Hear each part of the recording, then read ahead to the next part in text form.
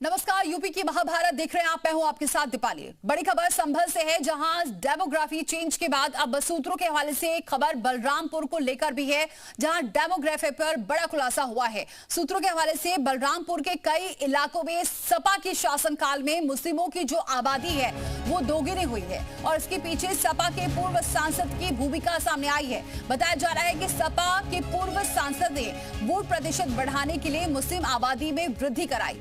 सूत्रों के हवाले से आईबी की रिपोर्ट में इस बदलाव का जिक्र किया गया है। बलरामपुर के भलोइया और भजपकड़ी, गुलहरिया, बेली, नैकरिया, रहरा और इमलाइया, इसके अलावा रमनगरा, नयानगर, लखौरी और महमूद नगर, टंडवा, जरवा कस्बे में बड़ा बदलाव हुआ है। सूत्र ये भी बता रहे हैं कि इन इलाकों से हिंदुओं का पलायन कराया गया, हिंदुओं के घरों पर जबरन कब्जा किया गया और हिंदुओं की जमीन पर मुस्लिम समुदाय के लोग बसे।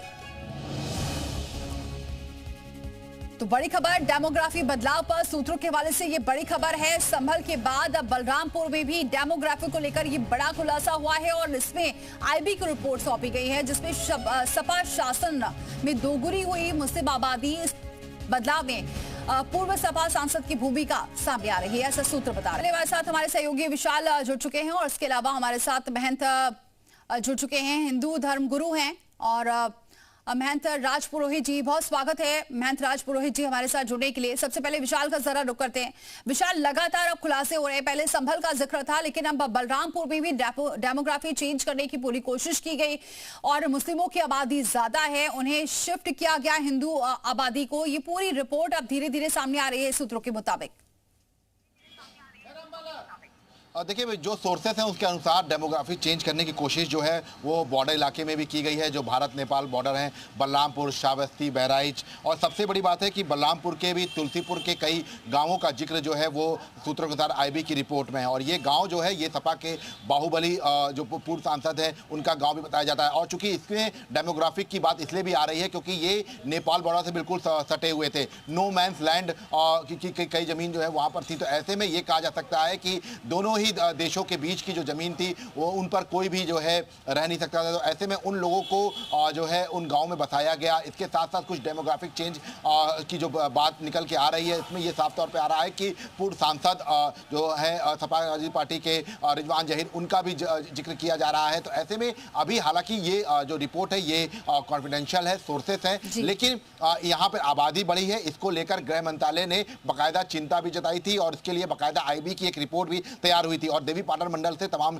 अधिकारियों को भी बुलाया गया था, क्योंकि यहां पर अचानक से एक वर्ग विशेष की आबादी बढ़ी है। और लगातार देखिए, आप जो कि संभल का मामला जैसे आया है डेमोग्राफिक चेंज करना, इससे पहले भी आपको याद होगा कि जब छांगुर गिरफ्तार हुआ था तब भी जांच एजेंसियों ने यह माना था कि वहां पर डेमोग्राफिक चेंज किया गया है और कोशिश की जा रही थी। तो किसके पीछे कौन कौन लोग थे, इनकी जांच होना जरूरी है। और इसीलिए संजय निषाद जो यूपी सरकार के मंत्री, उनका कहना है कि वो बलरामपुर, श्रावस्ती, बहराइच इलाकों में बहुत ज्यादा रहे हैं और वहां के स्पेशल जगहों के लिए स्पेशल टास्क फोर्स जो है उसकी जांच करे और उसकी एक पूरी रिपोर्ट तैयार। बिल्कुल, ये जांच का विषय जरूर है। बने रहिए हमारे साथ विशाल। जरा बात कर लेते हैं महंत राज पुरोहित जी से।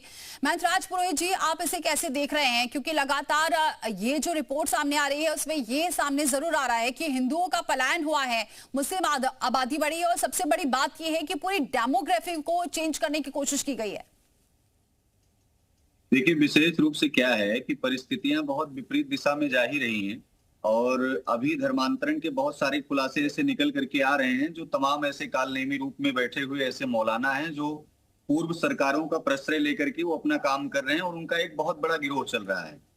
तो ऐसी परिस्थिति में ये जो अभी जो चीजें जो जांच का विषय है, और दूसरा ये कि हमने हर मीडिया चैनल पे और हर बार, मेरी ही नहीं साधु संतों की अपनी तरफ से एक अपील रहती है कि इन मदरसों की जांच होनी चाहिए। विशेष करके ये जो मौलाना हैं जो राष्ट्र में, देश में धर्मांतरण का खेल खेल रहे हैं, जो कहीं न कहीं ऐसे कुछ सामान्य हिंदू वर्ग परिवार हैं उनको दबाने का, उनको कुचलने का प्रयास कर रहे हैं और वो इसीलिए वो पलायन कर रहे हैं वहां से। तो वस्तुतः क्या है कि इस पर सरकार को संज्ञान लेना चाहिए। साथ ही साथ प्रशासन जो इन चीजों को, इन हरकतों को अनदेखा कर रहा है, उसे जागृत होकर के काम करना चाहिए। मुझे लगता है इससे सुनहरा अवसर उत्तर प्रदेश की जनता को और उत्तर प्रदेश के जो सहकर्मी हैं यानी जो अधिकारी हैं उनको नहीं प्राप्त होगा कि एक ऐसी सत्ता का धारक जो स्वयं में एक संत हो और समरसता का भाव लेकर के प्रत्येक व्यक्ति को वो एक सही दिशा दे रहा हो, उसमें धर्मांतरण रूपी खेल का अगर उद्गार हो रहा है तो ये एक बहुत अच्छा विषय होगा और बहुत ही सुंदर विषय होगा कि प्रदेश में शांति का माहौल होगा और ऐसी अराजकता से बिल्कुल। प्रदेश लेकिन मुक्त हालांकि होगा। अभी कार्रवाई भी लगातार की जा रही है, चाहे वो अवैध मदरसे हो या फिर जो अवैध निर्माण है वहां पर कार्रवाई की जा रही है। महेंद्रराज पुरोहित जी, आप बने रहे हमारे साथ और प्रवक्ता भी जुड़ चुके हैं। प्रवक्ता बीजेपी की पल्लवी सिंह जुड़ चुकी है। बहुत स्वागत है पल्लवी जी आपका हमारे साथ जुड़ने के लिए। मुस्लिम स्कॉलर हमारे साथ जुड़ चुके हैं हाजिम नाजिम खान जी, बहुत स्वागत है हाजिम नाजिम खान जी आपका भी हमारे साथ जुड़ने के लिए। धर्मेंद्र सिंह हमारे साथ जुड़ चुके हैं, सपा प्रवक्ता, बहुत स्वागत है धर्मेंद्र जी आपका भी हमारे साथ जुड़ने के लिए। हाजिम नाजिम खान जी, कैसे देख रहे हैं इस पूरे मामले को, क्योंकि पहले संभल की बात आई, फिर अब बलरामपुर की बात आ रही है जहां पर डेमोग्राफी चेंज करने की कोशिश की गई, हिंदुओं का पलायन हुआ और पिछले कुछ दिनों से धर्मांतरण के मामले बलरामपुर से सामने आए और छांगुर का मामला सबको पता ही है। हाँ, मेरी आवाज आप तक आ रही है? जी बिल्कुल आ रही है। हाँ, देखिए जिस तरीके से यहाँ पर बलरामपुर के बाद का जिक्र जो आता है बहराइच श्रावस्ती, तो यहाँ कहीं ना कहीं इस तरीके का एक माहौल क्रिएट करा जा रहा है। यहाँ पर मुसलमानों के खिलाफ सिर्फ और सिर्फ एक एजेंडा तय करा जा रहा है। अब ये बता दीजिए, नेपाल के कहते हैं कि नेपाल के रास्ते से आगे, तो हम तो कहते हैं कि नेपाल के जो बॉर्डर है उसको पूरी तरीके से सील कर दिया जाए। इतनी सुरक्षा मजबूत होनी चाहिए ताकि कोई भी जो पहले से है जो अवैध मदरसे थे वो। हाँ, सुन तो लीजिए। देखिए मैं वहीं आ जाता हूँ। अगर देखिए नेपाल में अगर हमारी सेना बड़ी स्ट्रॉन्ग है, हम लोगों को बड़ा फक्र महसूस होता है कि भारत के अंदर हमारी एजेंसियां बड़ी स्ट्रॉन्ग है, लेकिन कहीं ना कहीं जब सीमा हैदर जैसी एक पाकिस्तान से आई भी और नेपाल के रास्ते भारत के अंदर आ जाती है, तो ये भी बड़ा गंभीर मुद्दा है। अभी तक वो भारत के अंदर है, उसको वापसी पाकिस्तान क्यों नहीं भेजा गया, ये भी बड़ा गंभीर मसला है। और रही बात यहाँ पे मदरसों की, अभी आपने देखा था कोर्ट की तरफ से एक आदेश आया था, कोर्ट की तरफ से जो 30 मदरसे जो बंद थे उन मदरसों को दोबारा चालू करने के लिए कोर्ट का आदेश आ गया। लेकिन यहाँ पर सिर्फ और सिर्फ मदरसों को टारगेट किया जाता है, यहाँ पर सिर्फ पल्लवी जी से जवाब लेती हूँ। ठीक है, बने रहिए हमारे साथ। पल्लवी जी, क्या वाकई ये टारगेट किया जा रहा है? अब कार्रवाई हो रही है तो ये कहा जा रहा है टारगेट किया जा रहा है। आपने सुना है कि अवैध मदरसों को लेकर जो एक्शन हुआ उसको लेकर भी टारगेट किया जा रहा है, क्या आप मानती हैं? जी बिल्कुल बेबुनियाद बात है, कुछ टारगेट नहीं किया जा रहा है, लेकिन हाँ ये बहुत गलत बात है और बहुत ही चिंता का विषय है। जैसे बलरामपुर में आपने छांगुर का नाम सुना जिन्होंने अवैध धर्मांतरण किया, और संभल का नाम आया था। संभल के बाद आप देख रहे हैं कि बहराइच है, नेपाल से जो जड़ी लगे हुए जो श्रावस्ती है, बहराइच है, बलरामपुर, उनकी डेमोग्राफी में जो बदलाव हुआ है, इसका सबसे बड़ा मूल कारण जो था अवैध धार्मिक अतिक्रमण। आप देख रहे हैं कि कितने सालों से ये चीज चलता आ रहा था, उसने कितना बड़े लेवल पे उसने धर्मांतरण किया था, सबका एक बाकायदा रेट लगा के बैठा हुआ था, ब्राह्मण का ये, क्षत्रिय का ये, इनका वो। पल्लवी जी, सवाल ये भी है कि इतने दिनों से ये पूरा डेमोग्राफी चेंज की जा रही थी, कोई एक दिन की तो बात है नहीं, लेकिन अगर ये संभल हिंसा की जो रिपोर्ट है ये जांच नहीं की गई होती तो शायद ये पूरा मामला सामने नहीं आता। अभी भी बहुत इस पर जांच होनी बाकी है। आबादी एकदम से क्या घट गई? बिल्कुल इस पे जांच चल रही है और गृह मंत्रालय इस पे बहुत ही ज्यादा संवेदनशील है, बहुत ही ज्यादा सीरियस है। जिस तरीके से एक खुलासे हो रहे हैं, अभी आसाम में भी आपने देखा 11 जिलों में जिस तरीके से बहुसंख्यक हिंदू थे वो अब अल्पसंख्यक बन गए हैं, उनकी जो है जनसंख्या घट गई है।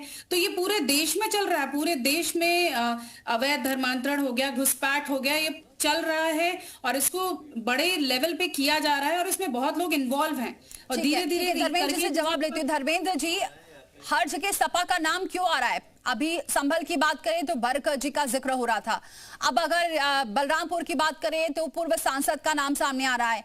ये डेमोग्राफी जो बात की जा रही है बहुत दिनों से चली आ रही है, जब सपा की सरकार थी उसका भी जिक्र आ रहा है। तो क्या पहले ध्यान नहीं दिया गया, अचानक ये परिवर्तन हो रहा है?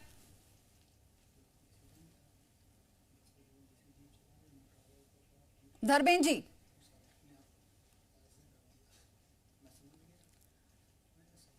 जी, मेरी आवाज आप तक पहुंच रही है? तो चलिए बातचीत कर रहे हैं धर्मेंद्र जी से। हाजिम नाजिम खान जी, सवाल यही उठ रहा है कि अचानक से, क्योंकि बहुत सारे एक अवैध मदरसों की आपने जिक्र किया, तो अवैध मदरसों से तो ये भी कहा गया था कि अगर आपके पास कागज हैं, पुख्ता सब कुछ है, तो फिर वो उसे नहीं गिराया जाएगा। लेकिन जितने अवैध मदरसे हैं वो कागज तक नहीं दिखा पाए हैं, तभी जाकर ये कार्रवाई हुई है। अभी आप बार बार अवैध की बात कर रही हैं, अवैध मदरसे, तो मैं तो ये कहना चाहता हूँ जितने भी धार्मिक स्थल हैं सबकी जांच हो जानी चाहिए। भाई हम तो चाहते हैं कि सारे धार्मिक स्थल जितने भी है किसी भी समुदाय के सबकी जांच होनी चाहिए। जो वैध हो उसको रखिए, जो अवैध है उसको हटा दीजिए।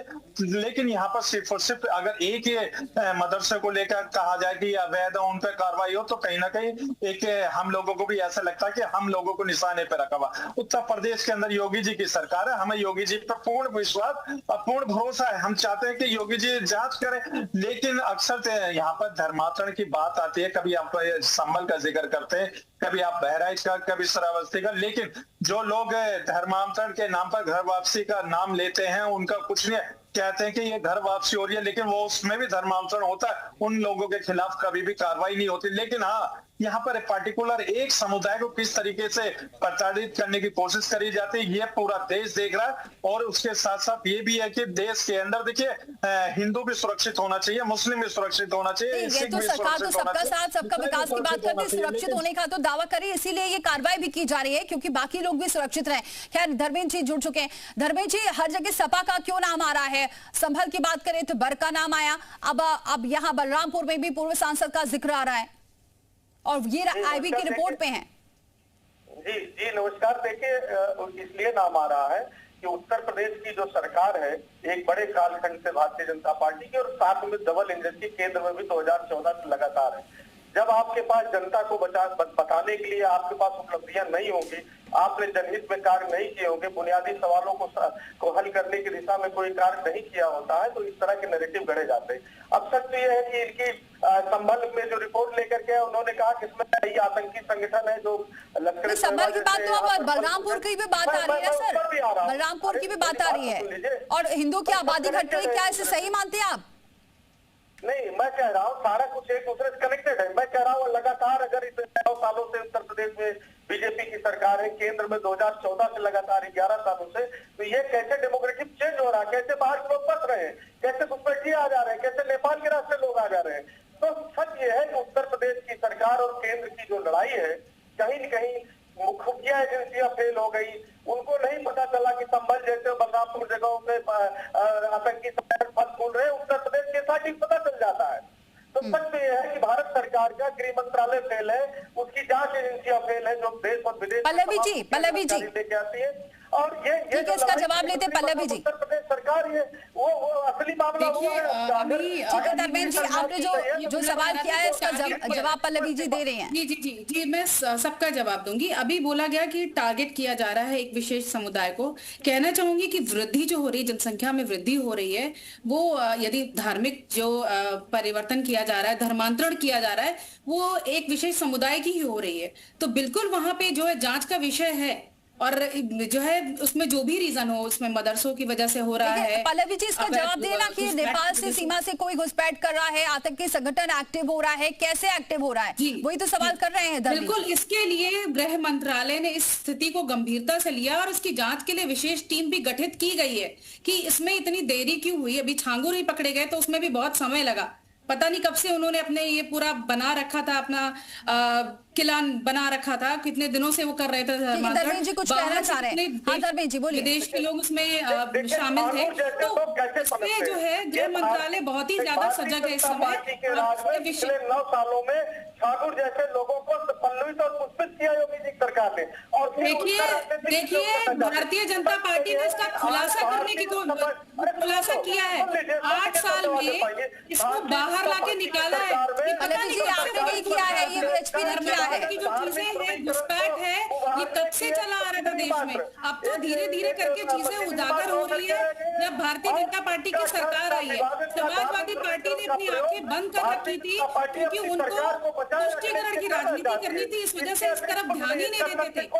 अब जो है इस वजह से अवैध अतिक्रमण हुआ है और इस चीज को सीरियसली लिया गया, गंभीरता से लिया गया और इसकी जांच की जा रही है और इसकी गहन निगरानी के निर्देश। एक मिनट पल्लवी जी, जरा सुन लीजिए धर्मेंद्र जी भी क्या बोल रहे हैं, एक करके बात रखें। हाँ बोलिए धर्मेंद्र जी। कितने कलेक्टर के खिलाफ, कितने एसडीएम के खिलाफ, कितने तहसीलदार के खिलाफ सरकार ने कार्रवाई की।